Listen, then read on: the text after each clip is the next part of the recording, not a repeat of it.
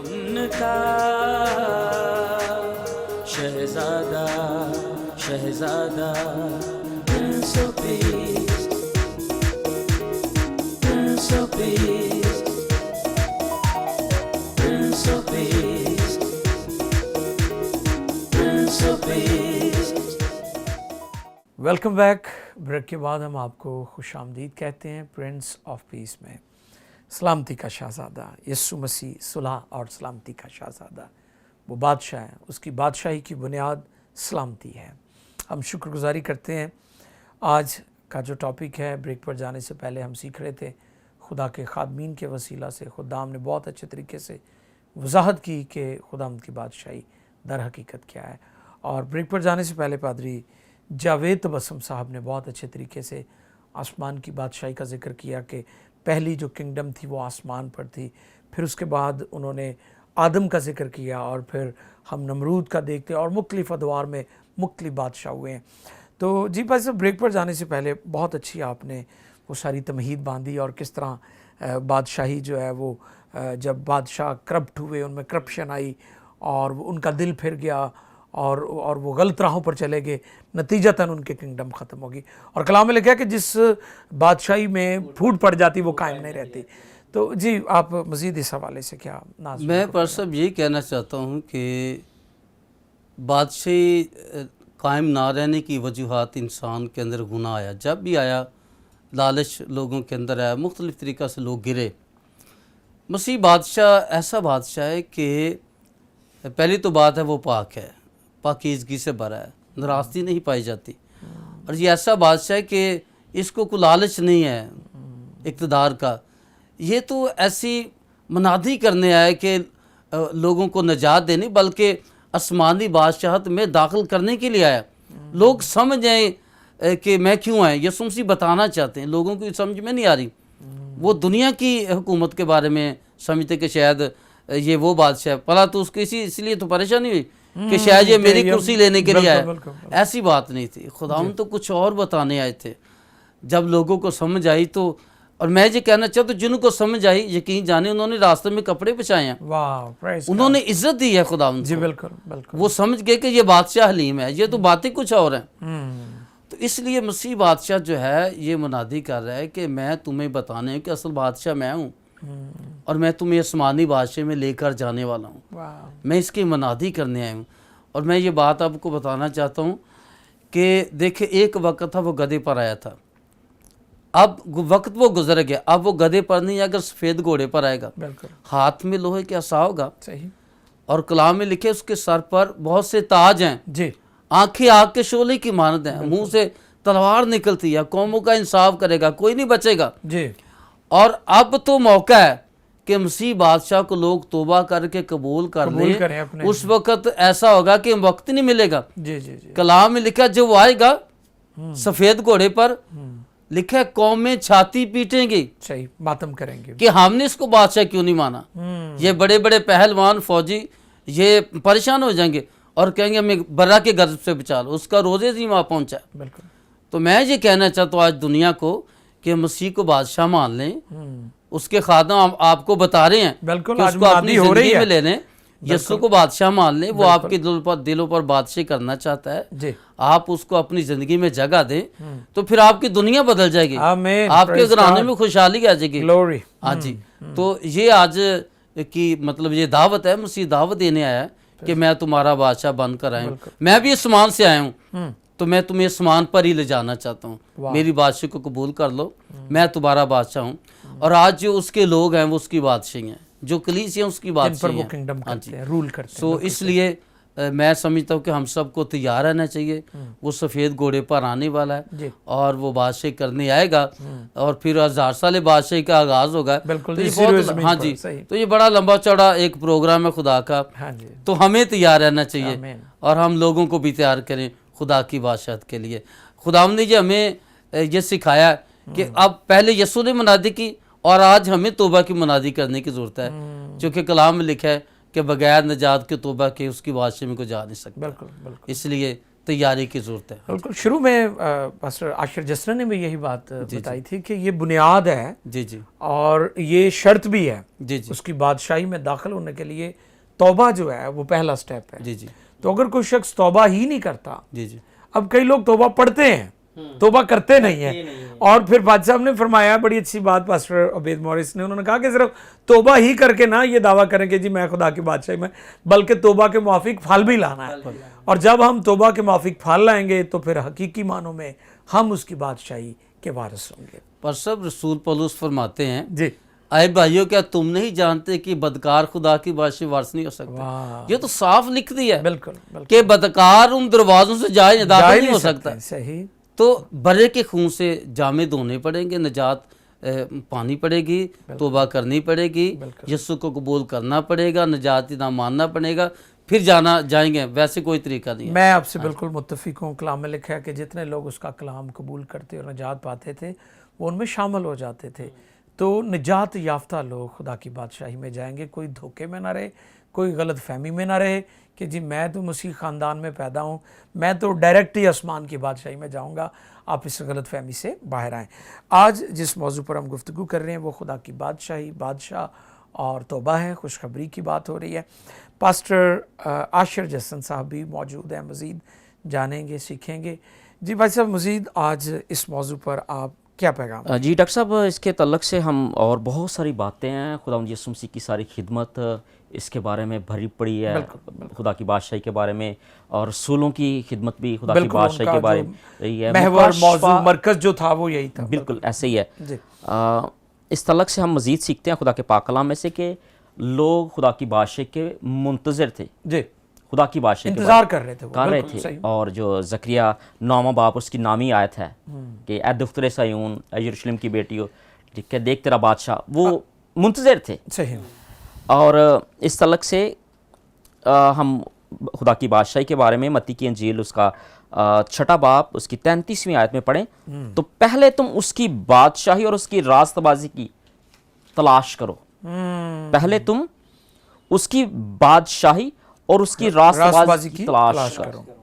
हमने उसकी बादशाही की तलाश करनी है, ठीक है, यानी कि हमने एफर्ट करनी है, हमने मेहनत करनी है इसको हासिल करने के लिए। बिल्कुल बिल्कुल। और ये सिलसिला बात कर रहे थे तौबा का, कि तौबा के बाद इसके मुआफिक फल लाना, ये बहुत जान देने तक हमने वफादार रहना, ये बात है। बिल्कुल तलाश, एफर्ट इसके लिए, जैसे हम किसी अच्छे मुल्क में जाने के लिए एफर्ट करते हैं, ताकि किस लिए, फॉर ब्राइट फ्यूचर, बिल्कुल ठीक है, अच्छे मुस्तकबिल के लिए। खुदा की बादशाही हमारे अच्छे मुस्तकबिल से वाबस्ता है। आमीन आमीन, वाह ग्रेट, बहुत अच्छे। हम अच्छे अपने ब्राइट फ्यूचर के लिए, अपने मुस्तकबिल के लिए, यानी जिस्मानी फ्यूचर के लिए हम इतनी स्ट्रगल करते हैं तो रूहानी फ्यूचर के लिए हम क्यों संजीदा नहीं हो रहे? सही बात है।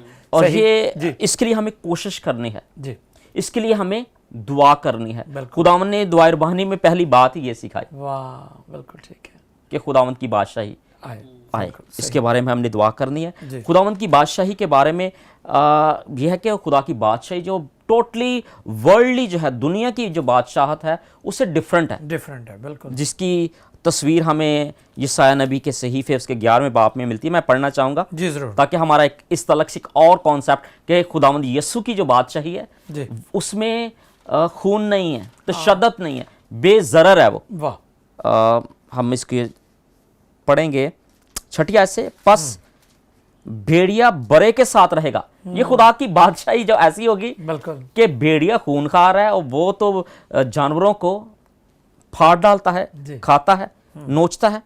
चीता बकरी के बच्चे के साथ बैठेगा और बछड़ा और शेर बच्चा और पला हुआ बैल मिल जुल कर रहेंगे। नन्हा बच्चा उनकी पेशरोई करेगा, गाय और रीछनी मिलकर चरेंगी, उनके बच्चे इकट्ठे बैठेंगे और शेर बब्बर बैल की तरह भूसा खाएगा और दूध पीता बच्चा सांप के बिल के पास खेलेगा और वह लड़का जिसका दूध छुड़ाया गया हो अफई के बिल में हाथ डालेगा।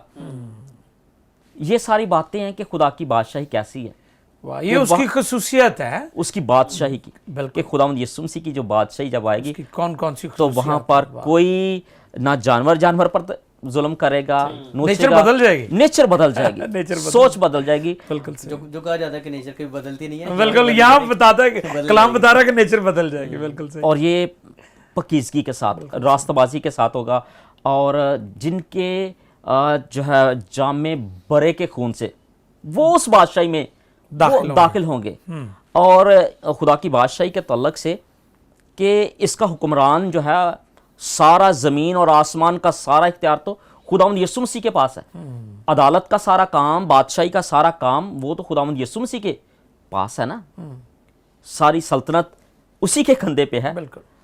खुदावंद यीशु मसीह के ने इसके बारे में भी बताया कि ज़मीन और आसमान का भी सारा इख्तियार, ज़मीन का भी सारा इख्तियार यीशु को दिया गया। यीशु को दिया। और खुदावंद यीशु मसीह ने फिर उस इख्तियार में अपने फॉलोअर्स को भी अथॉरिटी दी है, अथॉरिटी दी है। रसूलों को कहा कि तुम मेरे साथ तख्त पे बैठो। बिल्कुल बिल्कुल। और ये बहुत बड़ा एजाज है भाई साहब, क्या बात कि दुनिया का इंसाफ करेंगे, हाँ जी। कौमों का बल्कि इंसाफ इवन के यहाँ तक लिखा है कि सिर्फ लोगों का नहीं, वो फरिश्तों फरिश्तों का भी फरिश्तों इंसाफ का, करेंगे। हाँ, क्या तुम नहीं जानते हम फरिश्तों का इंसाफ वाह, करेंगे। praise God। एक खाकी इंसान जब वो उसकी नेचर बदल जाएगी, वो बरे के खून में धुल जाएगा, उसके साथ होगा। क्या एजाज है जी, क्या मकाम मिलेगा। बिल्कुल। इस तल्लक से अगर आप देखना चाहें तो मुकाशवा की किताब के आप देख सकते हैं 22वें बाब में कि जहाँ पर बहुत ज़्यादा तख्त लगाए गए और बहुत ज़्यादा लोग उनके खुदा उनके साथ बैठे। तो ये सारा पस मंजर मुकाशवा 21वें बाब में और 22वें बाब में खुदावंद यीशु मसीह की बादशाही के तल्लक से है कि हज़ारों की तादाद में, करोड़ों की तादाद में फरिश्ते जो हैं वो खुदावंद यीशु मसीह को प्रेस कर रहे हैं, उसकी तमजीद कर रहे हैं। एक और पस मंज़र हमें एक और जो डिफरेंट बात है खुदावंद यीशु मसीह की अदालत के हवाले से, उसकी बादशाही के हवाले से, कि खुदा जो कैटेगराइज करेगा, बुरों को अलग, अच्छों को अलग, और जो रास्तबाज हैं, जो नेक हैं, उनको अपने दाईं तरफ, और जो बुरे हैं उनको बाईं तरफ खड़े करेगा। जी, और इस तलक से कि, और एक छोटी सी और मैं इसमें ऐड करना चाहूँगा इसके बाद, कि इसके लिए मोहब्बत जो है वो बुनियाद है। जब मत्ती की इंजील 25वें बाब और उसकी 31वीं आयत से ऑनवर्ड आगे पढ़ें तो जहाँ पर खुदा जो है अपने जलाल के तख्त पर बैठेगा, ठीक है, और कौमें, कबीलें, उम्मतें उसके सामने हाजिर की जाएंगी, तो इंसाफ का जो तराजू है वो किस बना पर काम करेगा? कि जब मैं भूखा था क्या तुमने मुझे खाना खिलाया? जब मैं नंगा था तूने मुझे कपड़ा पहनाया? कैद में था क्या तुम मेरे पास आए? तो रास्तबाज कहेंगे कि खुदावंद हमने कब तेरे साथ, बिल्कुल सही, ठीक है। तो कहेगा जब किसी इंसान के साथ किया, किसी गरीब के साथ, किसी मेरे शिगिर्द के साथ किया, तो मेरे साथ किया। और जो कहेंगे कब तुम्हारे पास आया, जो बुरे लोग हैं, तो कहता है कि उनके साथ ऐसा सलूक किया तो मेरे साथ किया। कि मोहब्बत है, इंसानियत होनी चाहिए। बहुत अच्छा, ये बातें हैं, तो फिर हम खुदा की बादशाही में दर्जा पा सकते हैं। बहुत शुक्रिया सर जी। पास्टर आशर बड़े अच्छे तरीके से वजाहत कर रहे थे कि कुछ हमारी रूहानी ज़िम्मेदारी है कि हम दुआ करें, इबादत करें ताकि आसमान की बादशाही में जाएं। फिर उसके साथ साथ हमारी इखलाकी भी ज़िम्मेदारी है कि हम अपने इर्द गिर्द के माहौल में देखें कि कौन लोग मोहताज हैं, परेशान हैं। जब आज हम देख रहे हैं कि बेरोज़गारी है, लोग मुश्किलात से दो चार हैं, लोगों के पास खुराक नहीं है, और दुनिया भर में मसाइल बढ़ते जा रहे हैं, तरह तरह से लोग प्रॉब्लम्स में फंसे हुए हैं। तो हमें लोगों की जिस्मानी तौर पर भी उनकी मदद करनी है, और अगर किसी को हम खाना खिला सकते हैं तो खाना खिलाएं। अगर किसी को हम कोई कपड़ा दे सकते हैं, कोई चीज़ लेके दे सकते हैं, किसी के बच्चे की एजुकेशन में हेल्प कर सकते हैं, तो इसको भी हमने जारी रखना है और करना है, क्योंकि खुदा का कलाम भी हमें बताता है। अब मैं चाहूँगा कि पास्टर उबैद मॉरिस से भी मज़ीद जाने इस आयत मुक़द्दसा की रोशनी में, आसमान की बादशाही, खुदा की बादशाही, तौबा के ताल्लुक़ से खुशखबरी की बात कर रहे हैं। तो आइए पाद साहब से इस हवाले से मज़ीद जानते हैं। जी पास्टर उबैद मॉरिस, आप क्या मज़ीद फरमाएंगे? जी भाई साहब, मैं बात यहाँ से शुरू करना चाहता हूँ कि इसमें कोई शक नहीं कि हर तो कौम में लोग जो हैं अपने अपने मज़हब में जो अमली तौर पर ज़िंदगी गुजारते हैं जी, किसी उम्मीद के बिना पे। और कलाम खुदा में हम ये पढ़ते हैं कि जितने ईमानदारों ने, जो अहद अतीक के भी बड़े बड़े ईमान के सूरमा हैं, उन्होंने भी अपनी जानें तक कुर्बान की हैं। उन्होंने पूरा साइज ज़िंदगी को, दुनिया की बादशाहों को ठोकर मारी है। तो मुक़द्दस पौलुस भी कहते हैं कि मैं दुनिया की चीज़ों को कूड़ा करकट समझता हूँ, जो इतनी चीज़ें मेरे नफ़े की हैं।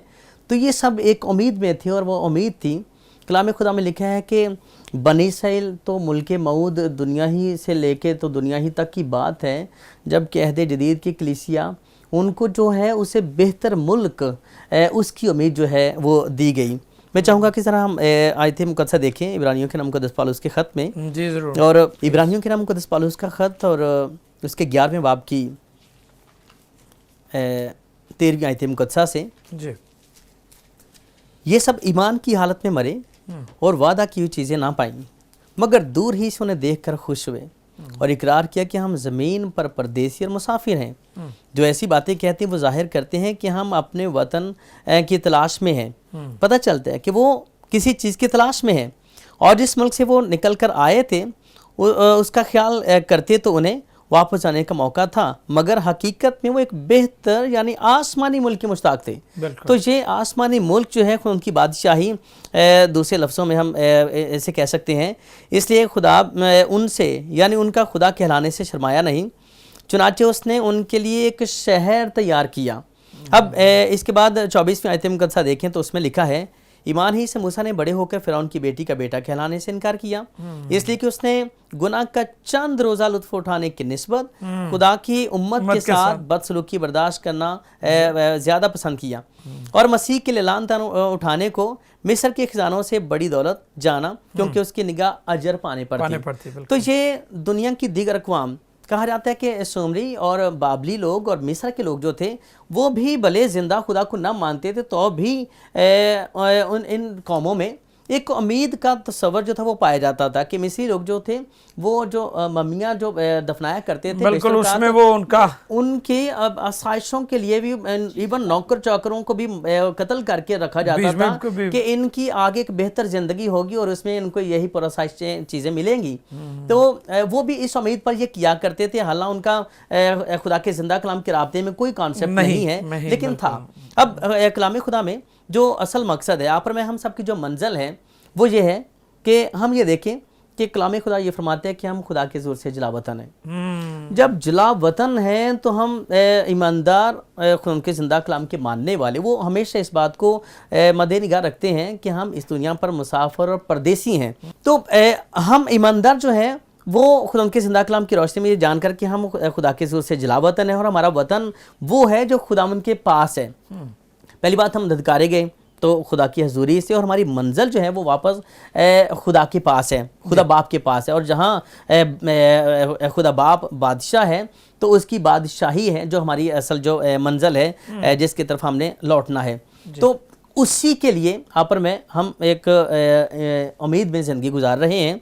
दुनिया की कौमों के लिए, दिगर अदियान के लिए जब देखें तो उनके पास जो उम्मीद है वो दायमी उम्मीद नहीं है, लेकिन यहाँ पर हमारा खुदावंद चूँकि ज़िंदा है इसलिए हमारे पास उम्मीद भी ज़िंदा है, ना वो कभी मरे और ना कभी हमारी उम्मीद टूटे, और इसी ईमान के साथ इसी उम्मीद में हम अपनी ज़िंदगी बसर करते हैं कि हम बेहतर अजर पाने वाले हैं, और बेहतर अजर जो है वो है आसमान की बादशाही, खुदा की बादशाही।